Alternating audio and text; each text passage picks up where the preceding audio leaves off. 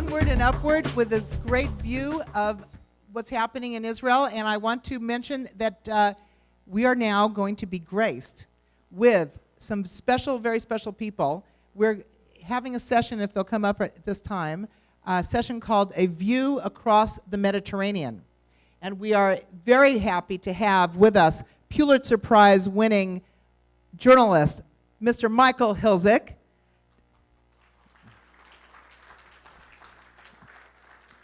We have a very eminent economist from the Milken Institute who has opened up the Milken Institute Israel Center, Glenn Yago, an inspiration to all of us.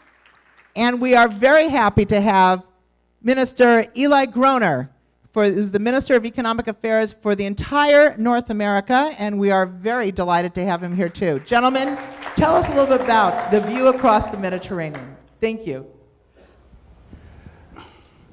All right, well, thank you, Sharona. Sharona has saved us quite a bit of time by introducing all of us. I'm Mike Hiltzik from the LA Times, Glenn Yago to my left, and Eli Groner to the far left.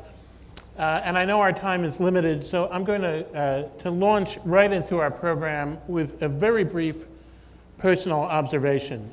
My first reporting trip to Israel came in the year 2000, and obviously a period that a lot has changed both in the world and in Israel since then. But one thing that hasn't changed is the indelible impression that I came away with of the vibrancy and the resourcefulness of the high-tech sector, which is what I was writing about, indeed the entire business community in Israel. And what impressed me the most was that it was both inward-looking and export-oriented.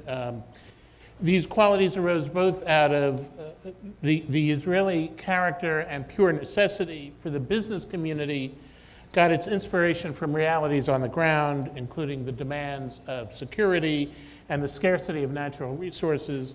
And of course, with a very small domestic market, businessmen in Israel had to look outside to other markets to show the world what they had to offer. So now that I've summed up an entire country and an entire business community in a few choice words, let's keep going by talking about where we go from here. Ellie, why don't you start by telling us a little bit about where the next generation of Israeli entrepreneurs are going to find their inspiration and what we might expect to see as a result in terms of new industries, new research directions, new businesses. Great. Excuse me. So, to the best that I can, obviously, like you mentioned, Israel's incredibly innovative. And like my friend David Siegel, who I can't see now, but I'm sure he's out here somewhere, mentioned, innovation is not something that is confined purely to the technology sector. Israelis, it's very cliche-ish to say that innovation is a mindset, but it's actually quite true. When you think about the Israeli approach to a variety of industries, and it doesn't matter if it's it doesn't have to be technology, it could be agriculture, it could be farming, it could be various functions in terms of marketing or operations. One of the things that I was exposed to when I did a fair amount of consulting work in both the US and Israel is that I was amazed that a significant amount of best practices worldwide emanated from Israel. So Israelis are often keen to understand what's going on in the world, what are the best practices in terms of B2B marketing in this industry, or direct store distribution in that industry, and it turns out that Israelis actually think about things very differently across industries. Now, innovation is often considered to be born of necessity.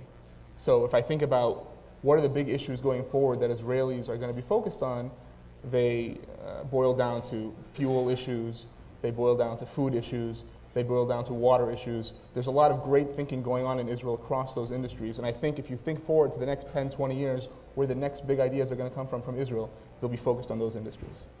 Right, and Glenn, I think you have some examples in mind of innovative products, industries, services that you've come across and you can talk about. Yeah, well, let's start by just defining the term. Let's go back to that slide number 2 for a minute, because what is innovation actually? If you pull up slide 2 there. Basically, innovation is a systematic and become almost non-standardized way of improvisation. if you think about jazz, if you think about the ability to improvise solutions, that is really what derives the disruptive technologies. What are disruptive technologies? They're things that can break existing markets in order to lower cost of delivery and to add value in a rapid way. The two examples here, just looking back at what the paradox of Israel's innovation or its improvisation. First of all, in terms of space technology, you'll hear about Space IL and landing, the third country that'll land on the moon in a couple of years from now, is basically because Israel's the only country in the world that has to launch rockets, satellite rockets and communications rockets, reverse from the orbit of the Earth. So there's so much more gravitational pull to have to do that miniaturization was the improvisation and the innovation that emerged. Very early on during the austerity period when there was really not enough land, not enough water, not enough resources, this kibbutz that's seen in this picture, Lochamei Ghettot, the ghetto fighters kibbutz up near Nahariya, invented the idea of vegetarian schnitzel. So this idea that there's a parallel between soy products and protein to overcome what was the scarcity of protein in diet, that company was later sold for $500 million to Nestle. So a lot of rich socialist kibbutznikim there at Lochamei Ghettot as a result of this process of improvisation. Now what happens now, if you go to slide number 3, you can see the things that Ellie was describing before. Just what the rates of R&D expenditure, and if you slip one over to what really did emerge as the driving model that we'll hear so much about on slide number 7 is looking at the case study in the information and communication technologies where you had a certain set of needs, supply and demand. If you can kind of run through that really quick, you can see again where the scarcity was driving the inability to solve battlefield communication problems, other communications problems, and that becoming a platform for innovation. Well, let's apply that to the next slide of what goes on in this issue of where we have scarcity, where we have very few things, few being the acronym for food, energy, and water, right? The world suffers from that, and that's exactly the types of conditions that Israel's had to overcome. And if you go on the next slide, how really focusing on those 3 targets will be really what is the platform for overcoming that. If you look at what goes on, that requires a whole sort of cluster of ecosystems. On the next slide, it covers all sorts of technologies that don't have anything to do necessarily with food, water, or energy, but power electronics, energy storage, ERP, billing, printing and equipment, chips and systems, optics, remote detection, all sorts of devices and technology that have to be applied to these types of problems where scarcity exists in the world. Because every time wheat goes up for $1 in the United States, it raises the price of bread by tenfold in New Delhi, and the ability to overcome these problems of scarcity in water and in food and in energy are so extreme because that's where growth is going to come from at a global level, and Israel's just looking for partnerships on that.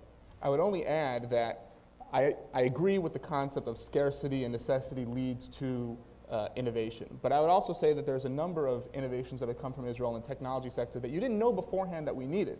I mean, we didn't know that we needed this particular type of chip for this base station. We didn't know that we needed live person. We didn't know that we needed a lot of these things. So yes, part of it is born of necessity, but there's another dimension which is the mindset, the approach. I don't want to wait to see what I need and figure out how to develop it.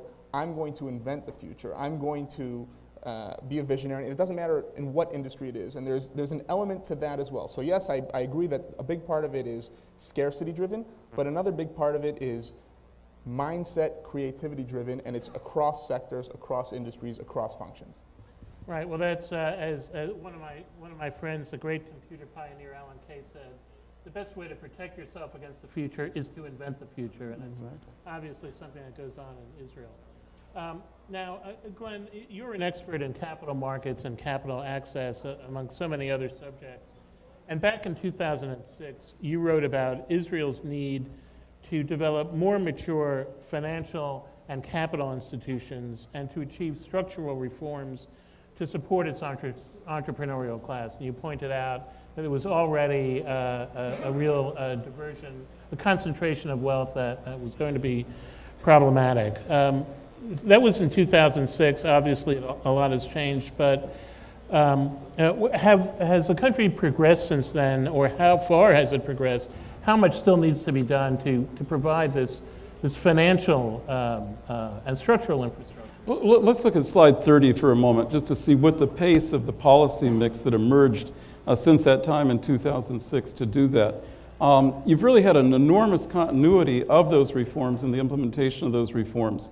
Banks divested from many of their asset holding companies. The original, that reform was passed in 2006. People thought it would take 4 years to implement it. It was implemented in 14 months. There was just a competition commission that completed its work. A similar type of restructuring will occur in the insurance industry. It's been the largest recipient of alternative investment and venture capital. A bond market emerged. There's still a lot of challenges to be met, but the country did graduate from emerging market status to developed market status in the Morgan Stanley Country Index and all the other indexes, and as a result is struggling to maintain its hold in terms of portfolio flows, which is going on, but also as a major target and a destination place for capital investment. So the recognition of the problem did lead to the policy mix innovations that led to those outcomes. I would just add a couple of things on that. The first is that obviously we aspire to more sophisticated capital markets, et cetera, but there is a benefit to being able to work within the confines of the current reality. I remember 15, 20 years ago, because the secondary markets in Israel are not as sophisticated, so all the risk from loans sits primarily on the bank's balance sheets. Therefore, when an Israeli wanted to go take out a mortgage in a bank, he had to go through all sorts of hoops and hurdles. And I remember so many times Americans telling me, you Israelis, you're too risk averse. If I have to get 5 people to co-sign on a mortgage, it's insane, it's impossible. In America, it's much easier to go in and get a mortgage. Look what that capital market sophistication brought on the United States. It was a little bit too easy to get a mortgage. So Israelis, I think the risk management approach, given the limitations of the capital markets, actually helped Israel weather the recent economic storm. And the only other thing I would add is that I'm in complete agreement with Glenn that there needs to be more development of the capital markets. But I would say one of the things that struck me when I was reading Outliers a few years ago, and I'm sure many people in the audience are familiar with the book and have read it, and it's basically why certain people have distinctive performances in life, et cetera. And often it's a combination of skill and opportunity. They were born in the right place at the right time, et cetera. I would say that the capital markets opportunity in Israel now is very, very similar to what it was in the United States in the early 80s. There's a lot of value opportunity. There's a lot of companies that are structurally undervalued because of the lack of volume, because of the lack of equity research. So yes, we need to develop that, but it's also a great opportunity for people that are ambitious enough or innovative enough to take the plunge now.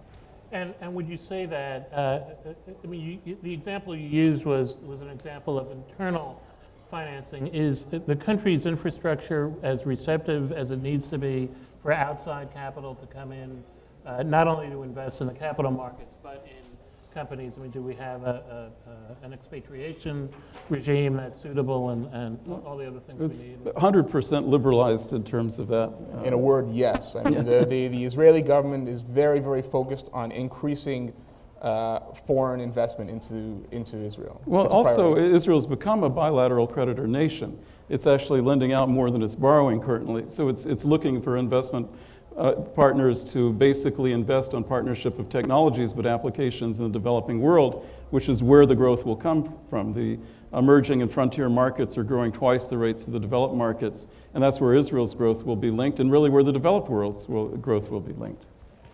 All right. Well, now we've mentioned security concerns as a driver of innovation and business development and wealth concentration.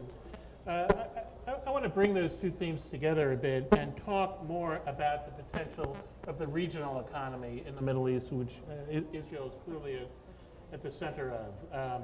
One of the side effects of Israel's great economic success is the large gap in living standards that persists, and I assume it's getting greater between Israel in terms of per capita GDP and its neighbors. And when I was there in 2000, there were some significant steps being made to narrow that gap, and it was all being driven, or almost, it all seemed to be driven by the business community, which was very receptive to cross-border transactions, cross-border employment, narrowing that gap, especially between Israel and Jordan.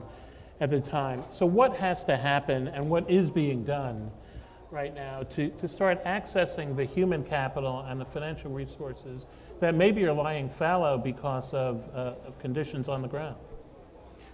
So there's no question that there are natural resources that are untapped, primarily human capital, and those need to be activated. Like most revolutions, like most game-changing revolutions, and we see it throughout the Middle East over the last year, they tend to come from the bottom up, meaning most major, impactful, game-changing revolutions are grassroots movements and not trickle-down things that are driven by government. Now, I would say that, yes, if you read the newspapers and follow the news, etc., it's very easy to get very pessimistic on the opportunities for an increased, more productive joint economies between Israel and its neighbors. However, when you look on the grassroots level, when you look at specific case studies, you see that there are companies. I mean, SodaStream has a representative here, probably outside in the pavilion already. Great example of a Israeli company, brilliant technology, traded on NASDAQ, where if you go visit its operations center, you'll see Israelis working side by side with Palestinians, working side by side with expat Africans, meaning there are great case studies on the ground from the business community, which is really driving this. There are many green shoots in terms of interregional trade. Interregional trade between Israel and the Arab world is greater than it is within the Arab world. It's only 8% of interregional trade between Arab states and the Arab East, and Israel's trade is higher than that. But cross-border investment, those are green shoots at this point because of lots of political problems, but business definitely creates the channel for that type of trade. And is it practical at this point to start thinking about nurturing those green shoots into some much more significant relationships and much more significant business opportunities? Some things are driven by government and some things are driven by the private sector. And I think this is the kind of private-public partnership which is going to be driven by the private sector. Okay, well, we may be out of time. I don't know if we have time for a question, maybe one or two at most. Depends on Sharona here. So, Glenn, you were very prominent in the August sort of quasi-Occupy Tel Aviv conversation.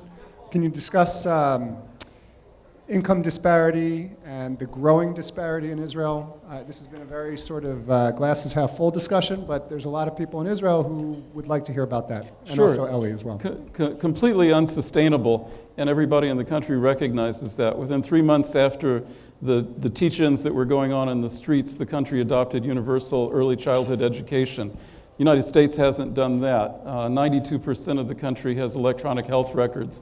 It's in the budget for $30 billion in the United States. Israel didn't have $30 billion to give everybody electronic health records and a higher standard of living. So it's incredible, I think, to me, the rate of innovation, policy innovation that occurred as a result of that. Only 54% of the population of the labor force participation rate's only 54%. That's unsustainable. So increasing the level of labor force participation by Arab women and men and ultra-Orthodox men and women will increase. They're joining the labor force, which will happen within the next 5 to 10 years, will be accountable for 2 to 3% increase in GDP growth rates. So you're absolutely right. Those problems have to be addressed. And the dialogue that occurred not only in the streets of Tel Aviv, but in the government suites in Jerusalem was that those problems had to be addressed because they were unsustainable. You can't have huge income disparity in a country that depends on the social cohesion of the country to exist. I would only say, and it's a much deeper conversation than we can afford to have now, but I would contend, and I know it's a counterintuitive approach or it might be a little bit contrarian, but increasing disparities, and I don't want to speak specifically about Israel here, don't necessarily have to be a negative thing. What you want to do is you want to look at what was the status of the middle class 10 years ago versus today, and what are those trend lines looking at. When you boil it down to one number and you say what's the disparity between the wealthiest and the worst off, a lot of that is impacted by a couple of very specific segments in Israel, talking about the Haredi segment, which is commonly referred to as ultra-Orthodox, and the Israeli Arab sector. But if you look at Israel's